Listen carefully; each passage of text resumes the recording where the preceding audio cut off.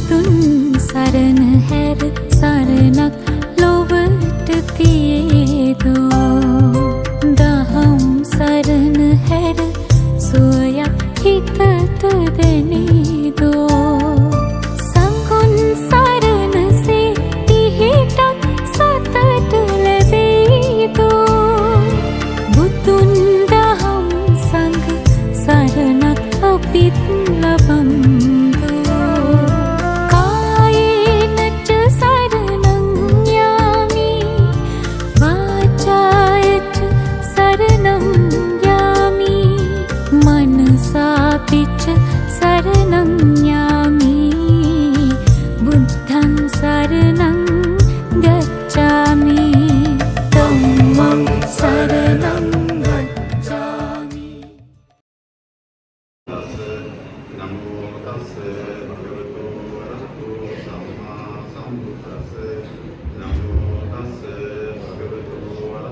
සංගමේ ගරු සභාපති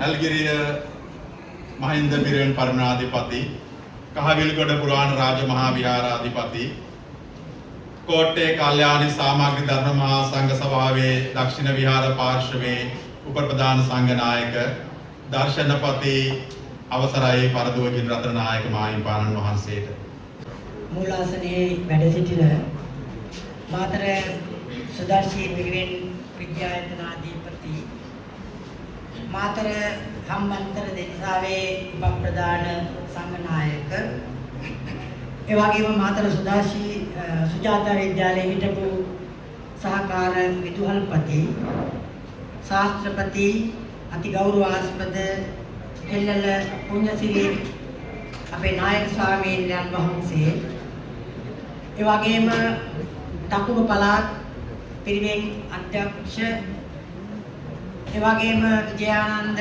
පිරිවෙන් විහාරාධිපති රාජකීය පඬිත් ශාස්ත්‍රපති අපේ සිද්ධාර්ථ නායක ස්වාමීන් වහන්සේ ඇතුළු සියලුම කලාපවල පිරිවෙන් අධ්‍යාපන අධ්‍යක්ෂක හාමුදුරන් වහන්සේලා ඒ වගේම මහත්වරු උපදේශක හාමුදුරන් වහන්සේලා සහ මහත්වරු අපේ පොඩි හාමුදුරන් වහන්සේලා ඒ වගේම අපේ ආරාධිත පින්වතුන් සියලු දෙනාගෙන් පුංචි මොහොතකට මට අවසර මාතර දිස්ත්‍රික් පිරිවෙන් වල පවත්වන සිසු නිපුණතා එහෙම නැත්නම් භික්ෂු නිපුණතා වැඩසටහන මේ වැඩසටහනෙන් අන්තර් පාරිවේදික භාෂා හා සාහිත්‍ය තරඟ වශයෙන් තමයි අපි මේක හඳුන්වන්නේ. අපේ පොඩි හාමුදුරන් වහන්සේලාගේ දක්ෂතා නිපුණතා උරගා බැලීමේ අවස්ථාවක් හැටියට සමස්ත ලංකාව පුරාම අද දවසේ සිද්ධ වෙන වැඩසටහනක් මේක. මේ අරමුණ පැහැදිලි කිරීමේ ප්‍රධාන කාර්යය වෙන්නේ මොකක්ද මේ කියන එකනේ. ඔබ වහන්සේලා අපි හැම කෙනෙක්ම දන්නවා මේ අන්තර් පාරිවේනික භාෂා හා සාහිත්‍ය තරඟ. මේක තරඟවලට වඩා හොඳයි නිපුණතා කියලා කියනවා. පොඩි හාමුදුරන් වහන්සේලාගේ සහ ගිහි දරුවන්ගේ දක්ෂතා උරගා බලලා ඒ පිළිබඳව ඇගයීමක් කළා. ඔවුන්ව ධෛර්යමත් කිරීම තමයි අපේ අරමුණ. ඒකට හොඳම උදාහරණයක් තමයි මේ නිපුණතාවල අද තිබිච්ච දක්ෂතාවයන්ගෙන් එකක් තමයි මේ පහන. එතකොට නිර්මාණයන් අතර අපේ පිරිවෙන් දරුවන්ගේ පොඩි හාමුදුරු කෙනෙක් නිර්මාණය කරලා තියෙන පහනක්. එතකොට අපිට අපේ හදවතට දැනෙන දෙයක් භික්ෂුවක් වුවත් නිර්මාණශීලී නම් ඔහු දක්ෂයෙක් නම් එය කුමන දෙයකටද යන්න නොව ඒකේ තියෙන වටිනාකම ඔහුගේ දක්ෂතාවය. ඒ නිසා මේ පොඩි හාමුදුරුවෝ අපි ඇගීමට ලක් කරනවා. ඔබ වහන්සේට ගොඩක් පිං අපට අද දවසේ නිර්මාණශීලීව පොල් තෙල් පහනක් දැල්වන්නට අවස්ථාවක් සලසා දීම පිළිබඳව මේ පළවෙනි ඇගයීම වගේ. ඊළඟට තියෙන්නේ මට පිළිගැනීම. ඒ පිළිගැනීමේදී මම මුලින් සඳහන් කළ මාතර හම්බන්තොට දේශාවේ ප්‍රධාන සංඝ නායකා විධාන අපේ පුණ්‍යසිරියා විධාන නායක ස්වාමීන් වහන්සේ සිද්ධාර්ථ පඬිත් හාමුදුරුවෝ දකුණු පළාත් අධ්‍යාපන අධ්‍යක්ෂ ඒ වගේම මේ ඉදිරි පෙළේ ඉන්න අපේ අධ්‍යක්ෂක හාමුදුරුවන් වහන්සේලා ඒ වගේම උපදේශක මහත්තුරු උපදේශක හාමුදුරුවන් වහන්සේලා පොඩි හාමුදුරුවන් වහන්සේලා පරිවිරාජපතින් වහන්සේලා ප්‍රත්‍යාධිකාරීන් වහන්සේලා සියලු දෙනා ඊ타මත්ම ගෞරවයෙන් නමස්කාර පෙරටුව වහන්සේලා පිළිගන්නවා වගේම ආරාධිත ඒ වගේම අනිකුත් ගිහි දරුවන් ඇතුළු හැමෝම කරුණාවෙන් හා දයාවෙන් පිළිගන්නවා. මට බොහෝ දේවල් කියන්නට නැහැ. අපි අරමුණ උනේ පැයක් වගේ කාල සීමාවක් ඇතුලේ මේ උත්සව කටයුතු අවසන් කරමු කියලා තමයි අපේ අදහස. අපි යෝජනා කළේ හරියටම පස්වරු 2ට පටන් ගන්න. විනාඩි 10ක් ප්‍රමාද වුණා. තවමත් සාතික ලියමින් පවතිනවා.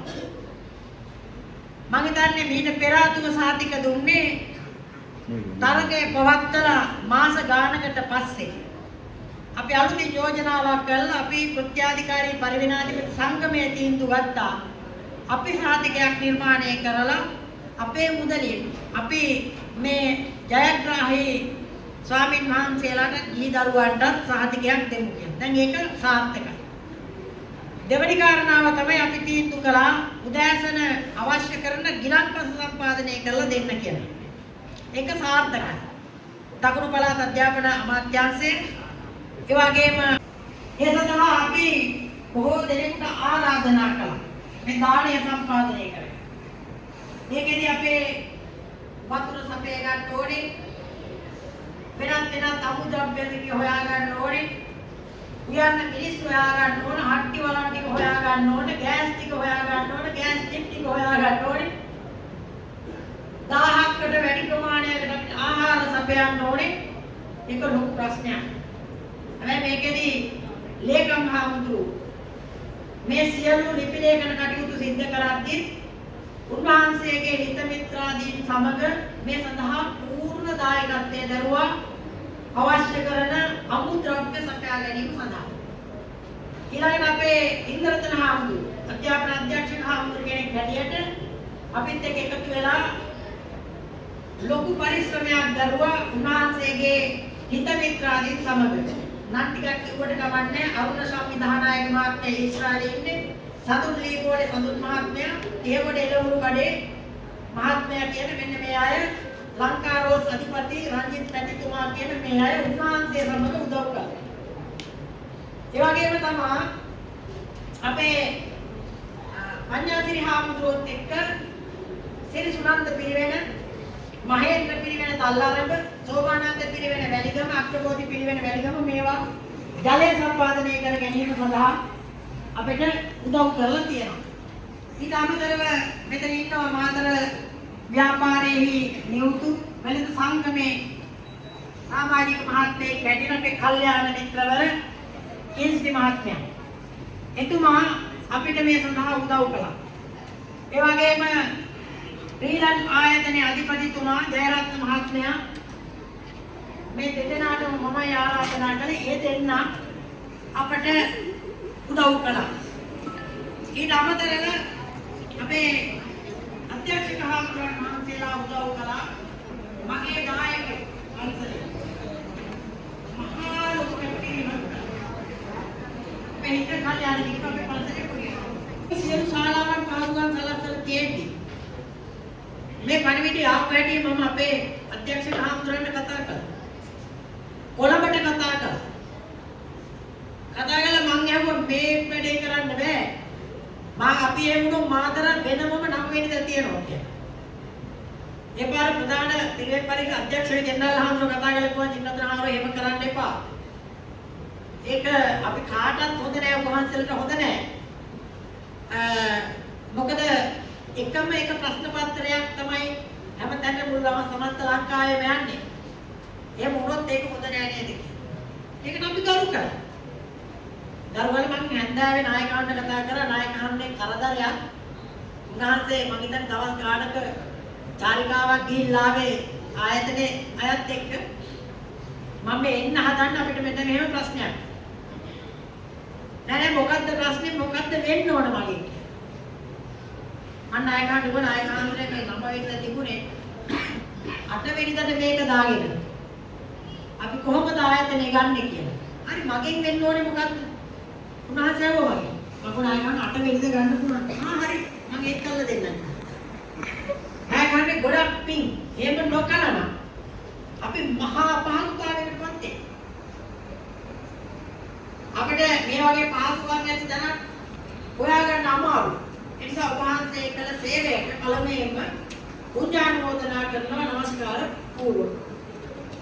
ඒ වගේම අපේ අධ්‍යක්ෂක හාමුදුරුවෝ විශේෂයෙන්ම අපේ මලිතුව සෝමසිරි හාමුදුරුවෝ, ඉන්දරතන හාමුදුරුවෝ, ඒ වගේම දෙනියායේ අපේ පඬිත් හාමුදුරුවෝ, චිත්තගාලේ නායක පඬිත් හාමුදුරුවෝ ආදී කොටගත් මේ සියලු දෙනා වහන්සේ සියලුම අපේ උපදේශක හාමුදුරුවෝ ගන්නවා කියවම විතර විනාඩි 5ක් විතර නොගෙනත් බෑ. මම හරි කෙටියෙන්ම තමයි අවසර ගන්න කැමති.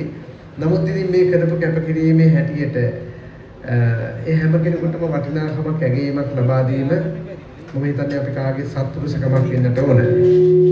පිළිගැනීමේ කතාව සිදු කරන් තියදුණු අපේ මාතර දිස්ත්‍රික් කෘත්‍යාධිකාරී පරිණාමපති සංගමේ ගරු සභාපති නායක හඳුරන වහන්සේ අවශ්‍ය කරන කර්ම කාරණා සියල්ලක්ම වගේ ප්‍රකාශ වුණා. ඉතින් අද දවස මුළු ලංකාවේම සියලුම දිස්ත්‍රික්කවල මේ පිරිවෙන් සිසු නිපුණතා වැඩසටහන ඇගීම වැඩසටහන අර ඉස්සෙල්ලා කිව්වනේ මේ තරඟයක් නොවේ කියන එක භික්ෂුන් වහන්සේලා හැටියට අපි අතරේ තරඟ නැහැ. අපි අතර තිබෙන්නේ දක්ෂතා හෙළි දැක්වීමක්. නිපුණතාවයක් කියන්නේ මොකක්ද? නිපුණතා කියන වචනේ ඉංග්‍රීසි භාෂාවෙන් කියන කම්පිටන්සි කියලා.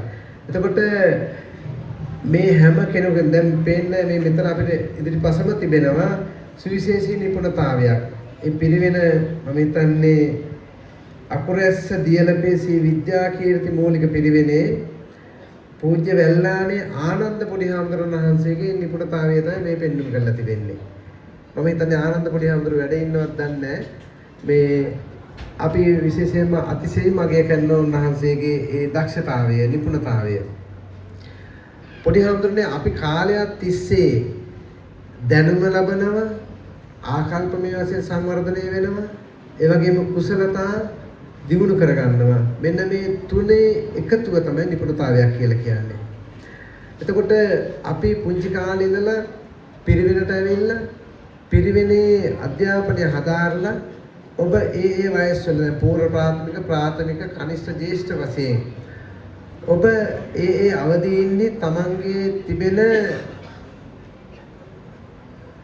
හැකියාවන් කුසලතාවයන් ආකල්ප කියන මේ සියල්ලක්ම කැටිකොට දැක්වීමක් තමයි මේ නිපුණතා ඇගීම කියලා කියන්නේ. විශේෂයෙන්ම මේ තරඟ ඉස්සර තිබුණේ සාහිත්‍ය තරඟ කියලා. ඊට වඩා හරි වටින වචනයක් තමයි මේ නිපුණතා ඇගීම කියන එක.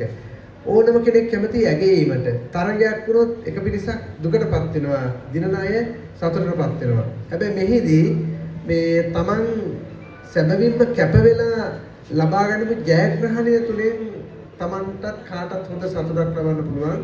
ඒ නිසා මේ Tamanගේ උනන්දුව, උත්සාහය මතම මේ ගොඩනගා ගන්න ලබන දෙයක් තමයි නිපුණතාවය කියලා කියන්නේ. ඉතින් දැන් අද ඇත්තටම දැන් උදෑසනම අපි ගාල්ල දිස්ත්‍රික්කයේ ගාල්ලේ පිරිවෙන් 73ක් තිබෙනවා. ගාල්ල දිස්ත්‍රික්කයේ මෙම නිපුණතා ඇගීම් වැඩසටහන ගාල්ල බද්දේගම රතන සාර විද්‍යායතන පිරිවෙනේදී තමයි පැවැත්වුනේ. ඒ සඳහා සහභාගී වෙලා පැය කිහිපයක් ඊට පස්සේ අපි හම්බන්තොට දිස්ත්‍රික්කය දක්වා ගියා. හම්බන්තොට දිස්ත්‍රික්කයේ තරගය පැවැත්වුනේ තංගල්ල වනවාසී කුඩා විහාර ධම්මදින්න මහ පිරිවෙනේදී. ඉතින් ඒ ආයතන දෙකේදී දිස්ත්‍රික්ක දෙකේම තරගාවලිය මේ විදිහටම හොඳට සංවිධානය කරලා පැවැත්වුණා. ඒ වගේම මාතර දිස්ත්‍රික්කෙත් නෙවෙයි, හැබැයි මාතරට ආපු නිසා කියනව නෙවෙයි නායක හඳුරන්නේ. සැබවින්ම මම හිතන්නේ මමත් එක්ක සම්බන්ධීකරණ ලේකම් අපේ තිලක් දරල්ලගේ නැත්නම් ඒ වගේම සංවර්ධන නිලධාරී තුමියල්ල දෙපළක් ගියා. මේ ස්ථාන තුනෙන්ම සැබවින්ම මම හිතන්නේ මේකත් සුවිශේෂී නිපුණතාවයක්. කෘත්‍යාධිකාරී පරිණාමක සංගමයේ සභාපති නායක හඳුරු ලේකම් හඳුරු ඇතුළු ඒ සියලු දෙනාගේම නිපුණතාවයක් තමයි මේ පෙන්වන්නේ. මේ විදිහේ සම්භාවනීය විදියට උත්සවයක් සංවිධානය කරලා තිබුණද කියන එක පිළිබඳව අනිත් දිස්ත්‍රික්ක දෙක තුල මට කීමේ හැකියාවක් නැහැ. මොකද ඒ තරමටම හැම කෙනෙකුම කාර්යබහුල නිසා. මේ විශේෂයෙන්ම ඇත්තටම මේ අනිත් එක තමයි මේ මම හිතන්නේ මේ වගේ පිරිවෙන් ඇගේ මේ පොඩි හාමුදුරු ඇගීමේ මේ වගේ සුවිශේෂී වැඩසටහනක් වායු සමීකරණය කරපු මේ වගේ ශාලාවක නායකව මගේ පළවෙනි අත්දැකීම මේ තියෙන. අනිත් හැමතැනකම හොඳටම ඉහින් කලින් දාඩිය දාගෙන මේ ගියපු තැන් තමයි අපි දැකලා තියෙන්නේ. ඒ නිසා අපේ නායක හඳුන්නේ අපේ මේ සභාපති හඳුරු අවුරුදු 11ක් මීට කලින් උන්වහන්සේ ඇත්තටම මේ සංගමයේ සභාපති හැටියට කටයුතු කළා. ලේකම් හැටියට කටයුතු කරලා තියෙනවා. ඉතින් එදා මේ තරම් මම හිතන්නේ මේ ශනිකව ගනිපු තීන්දුවක තීරණයක ප්‍රතිඵලය. එදා මේ මිගදාය රතනපාල පිරිවෙනේ තිබුණ පරිණාධිපති ධාර්තා සංවර්ධන වැඩසටහන එදා අපි සහකාර අධ්‍යක්ෂක හඳුරු අපි ශනිකව තීරණය කරා මේ අපේ මේ සංගමයේ දැන් කෘත්‍යාධිකාරී පරිණාධිපති සංගම් මේ දිස්ත්‍රික්ක තුනේම කොහොම ටික අක්‍රියභාවයට පත් වෙලා තිබුණේ. හේතුව තමයි මේ රටේ පැවතිච්ච යම් යම් තත්ත්වයන් නිසා කෙසේ හෝ ඒවා එච්චරට සක්‍රීය බවක් තිබුණේ නැහැ. නමුත් අපි අගය කරන්නට ඕන මාතෘ දිස්ත්‍රික්කයේ කෘත්‍යාධිකාරී පරිණාමක සංගමයේ ගරු ලේකම් හැටියට කටයුතු කළේ විශ්‍රාමලත් සහකාර අධ්‍යාපන අධ්‍යක්ෂ අපේ හුලන්දාවේ සෝර්ත පන්දිත හඳුරු. ඒ වගේම සභාපති හැටියට හිටියේ ජයසුමන පිරිවෙන් මේ පරිණාධ්‍යක්ෂ නායක හඳුරු සෝමතිලක නායක හඳුරු භාණ්ඩාගාරික හැටියට හිටියේ වැලිගම අග්‍රබෝධි පිරිවෙනේ පරිණාධිපති විශ්‍රාමලත් පරිණාධිපති අපේ කරාගොඩ රෝහණ පඬිතුමාණන් උන්වහන්සේලාගේ සේවයත් මේ වෙලාව තුල අගය කරන්න ඕන. මොකද උන්වහන්සේලා සුවිශාල කැපකිරීමක් කළා. ඒ නිසා මේ ගාල්ල මාතර හම්බන්තොට දිස්ත්‍රික්ක තුනෙන්ම කෘත්‍යාධිකාරී පරිණාධිපති සංගමයේ මේ වැඩපිළිවෙල හරියටම සිදු වෙනවා කියන එක මේ වෙලාවේදී මම සඳහන් කරන්න ඕන. මොකද මේ අනිත් දිස්ත්‍රික්කවලත් එහෙම කරනවා. නමුත් ලකුණු දීමේදී ප්‍රථම ස්ථානය මාතෘ දිස්ත්‍රික්කයට දෙන්න පුළුවන් කියන එක මේ වෙලාවේදී සඳහන් කරන්න ඕන. අපි අනේක වාරයක් කෘත්‍යාධිකාරී පරිණාමක සංගමේ සභාපති නායක හඳුරු ඇතුළු සියලුම ස්වාමීන් වහන්සේලාට පින් දෙනවා. ඒ වගේම දැන් මේ ආයතනය සුදර්ශී විද්‍යායතනය කියලා කියන්නේ එක පැත්තකින් සුවිශාල සංකීර්ණ ආයතනයක්.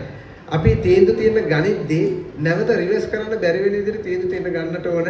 නමුත් කෙසේ හෝ සමස්ත ලංකාවෙම කරපු ඉල්ලීමක් මහා විහාරාංශික ශ්‍රී ලංකා අමරපුර මහා සංඝ සභාවේ උපසම්පදා පුණ්‍යෝත්සවයේ හිට පැවැත්වෙන්නේ. ඒ නිසා මේ උත්තරීතර මහානායක හඳුරු ඇතුළු මේ නිකායේ නායක ස්වාමීන් වහන්සේලා ඇතුළු මහා සංඝරත්න ඉල්ලීමක් කළා තිබුණා අපේ පිරිවෙන් අධ්‍යක්ෂක හඳුරන වහන්සේගේ 9 වෙනිදා මෙහෙම දෙයක් තියෙන නිසා මේක පොඩ්ඩක් වෙනස් කරලා දෙන්න පුළුවන්ද කියලා. ඉතින් අපේ පිරිවෙන් අධ්‍යාපන අධ්‍යක්ෂ මාධවීට වජිරබුද්ධ නායක හඳුරන වහන්සේ ඉතින් හැම දෙයකටම සවන් දෙමින් නම්‍යශීලී වෙන්න ඕන තැනදී නායකයෙක් හැටියට නම්‍යශීලී වෙමින් ඒ උන්වහන්සේ ඉල්ලීමක් කරා මෙහෙම දෙයක් කරමුද කියලා. ඒකට විශේෂයෙන්ම අපි පින් දෙනවා අපේ සංගමයේ මේ සභාපති නායක හඳුරුත් මේ සියලු දෙනාම අපි ඒකට අවනත වෙලා ඒ කටයුත්ත සිදු කරපු එක. මොකද සමස්ත ලංකාවට එක ප්‍රශ්න පත්‍රයක් යන්නේ දින වෙනස් කරලා කිරීම අපහසුයි. ඒ වුණොත් විතර ඒකේ වටිනාකම නැතිව යනවා. ඒ නිසා මේ වෙලාවේදී විශේෂයෙන්ම සුදර්ශී විද්‍යායතනයේ අපේ අතිපූජනීය නායක මාහිමිපාණන් වහන්සේට අධ්‍යාපන අමාත්‍යාංශ පිරිවෙන් අධ්‍යාපන ශාඛාව ඒ වගේම දකුණු පළාත් අධ්‍යාපන දෙපාර්තමේන්තුව මේ වෙනුවෙන් විශාල කැපකිරීමක් කළා. පොඩි හඳුන් දැන් sannivedanaya තුලින් මේක හොඳට හිතර ගන්නට ඕන. අද බලන්න මේ මුහුණු පොතට ගියාම අපේ භික්ෂුන් වහන්සේලා ඉන්න සමහර අය ඒ වගේම බහුතරයක් මිනිස්සු sannivedanaya මේ අර aggressive communication මහා ද්වේෂයෙන් වෛරයෙන් දැන් අපේ භික්ෂුන් වහන්සේලා මොන තරම් නින්දා අපහාස කරනවද?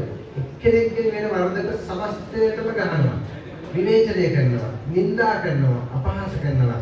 ඒ ඇවිල්ලා ඒ සමහර අය හිතන්නේ ඒ කට්ටිය මා ලොකු දෙයක් කරනවා කියලා. හැබැයි ඒ අයගේ තිබෙන පහත් මානසික මට්ටම තමයි පෙන්වන්නේ. ඒ නිසා මේ නිපුණතාවයන් ගැන කතා කරනකොට අපිට නිවැරදි විදියට අනිත් කෙනාගේ සිත සැලසීමට පත්වන විදියට ධනාත්මක සිතුවිලි ගොඩනගෙන විදියට අපේ සංනිවේදනය භාවිත කරන්න පුළුවන් නම් ඒක ඉතාමත් හොඳයි. නායකයන් අද දවසේ සිදුවෙච්ච සිදුවීමක්.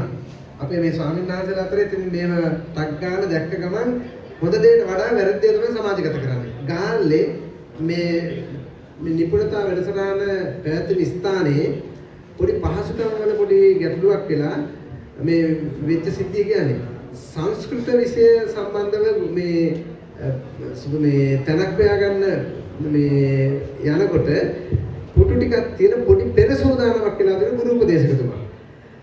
නමුත් පස්සේදී අවශ්‍ය තැනට ගිහිල්ලා ඒ හොඳට තරගාවලිය පැවැත්වුවා ලිඛිත තරගය සංස්කෘත. මේ අර ඩිංගට ෆොටෝ එකක් ගහලා අමාත්‍යාංශයට සමාජගත කළා මෙන්න තරගය පවත්වන හැටි. අන්න ඒ විදිහේ පහත් මානසික මට්ටම් තියෙන පිරිවෙන් පද්ධතිය තුළත් ඒ විදිහේ අය ඉන්නවා. ඒ ඉතින් ඇත්තටම හරියටම නිපුණතා සංවර්ධනය නොවෙච්ච නිසා. ඉතින් ඊට පස්සේ අපි ලොකු මහත් අපහසුතාවක් ලක්ුණා. මෙහෙමද තරග පවත්වන්නේ. දැන් ඒක මොන ලංකාවේ සියලු දෙනෙක් උදාහරණ ඉවරයි. ඉතින් මේ දකින්න කෙනා කියන්නේ මේ අපි වැරදි විදිහට හරියට මේ කළමනාකරණය සංවිධානය කළ නැති එක. එහෙම දෙයක් නුනේ නැහැ. සිදුුනේ මොකද්ද? අර පොඩි මොහොතකට සිදුවෙච්ච එක ඒක ඉක්මනට මොකද අර පරිගැනීමනේ කියන්නේ. අපේ රටේ දැන් පරිගැනීම සංස්කෘතියක් බවට පත් වෙලා තියෙනවා. නහි වේරේන වේරානේ සම්බන්ධිත පුදාචරං අවේරේන සම්බන්ධ මේ කියන ඒ ගාථාවේ තේරුම මිනිස්සු කටපාඩම් කළාට මේ ඒක ප්‍රායෝගික නෑ.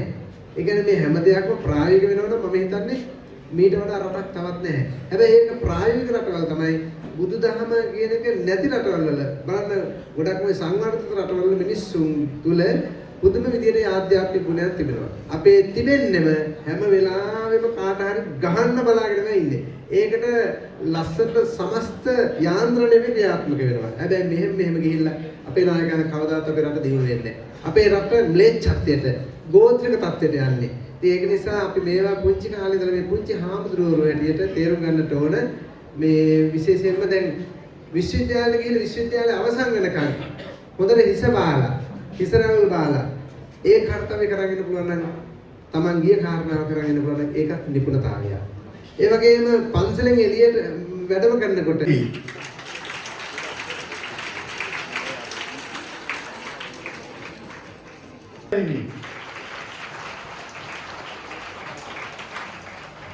පාලි කතික පූර්ව ප්‍රාථමික අංශයේ ප්‍රථම ස්ථාන හිමි කරන ලබන්නේ දියලපේ විද්‍යා කීර්ති පිරිවෙනේ ගින්නලිය සමිතියයි.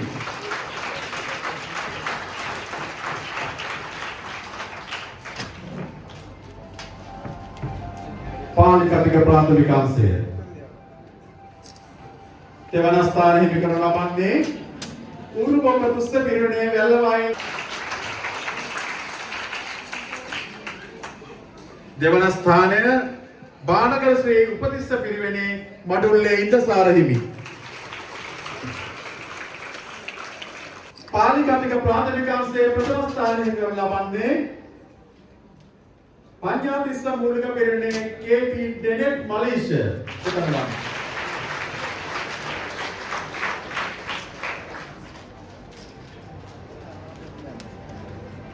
පාලි කතික කනිෂ්ඨ අංශය දෙවන ස්ථානය ලබන්නේ මාර සිද්ධාර්ථෝදය මහ පිරිවෙන කොටකොළ චන්දානන්ද හිමි.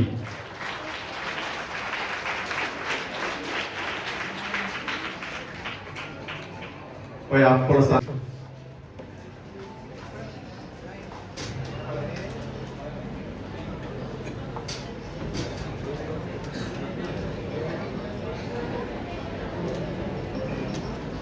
සංස්කෘත කතික ජ්‍යෙෂ්ඨ අංශය මාතර ශ්‍රී රතනපාල මූලික පිරිවෙනේ ගින්නලියේ සිරි සීවලේ හිමි ප්‍රථම ස්ථානය.